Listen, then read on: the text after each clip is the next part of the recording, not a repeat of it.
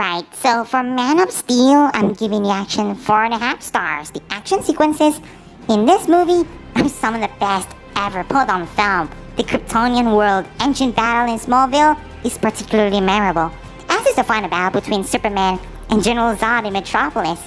The action is intense, well choreographed, and visually stunning as well. But I had to warn you guys, when it comes to the action sequences, this movie is quite dark and it caused a lot of distraction that makes the quality of this film a little bit go downward. For comedy, I'm giving it 2.5 stars. There is very little comedy in this movie. Few jokes that are present and mostly flat and fall flat and bland. As you can expect, this movie is really a dark Superman movie. For the story, I'm giving it 4 stars. The story of this movie is a classic origin story, but it is told in a fresh and new way, whilst also adding a dark narrative. The film explores the themes of identity, family, and responsibility in a way that is both thought-provoking and entertaining at the same time.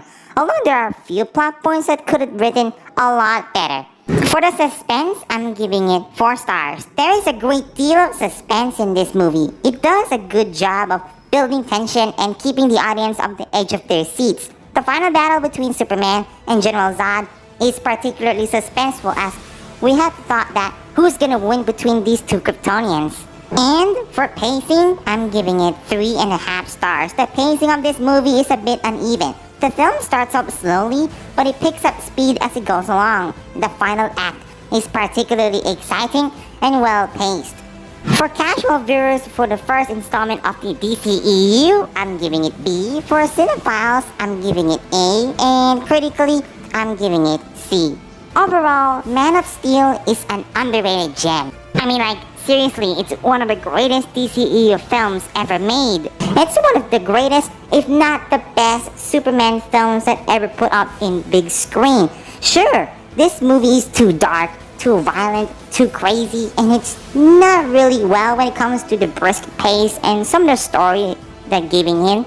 But as you can expect from Zack Snyder's vision from Superman, and Henry Cavill is my favorite incarnation of the Man of Steel himself, it is absolutely worth watching. It's one of the greatest DC films of all time. I'm giving it 8 over 10.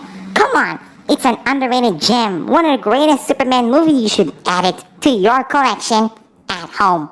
A fine addition to my collection.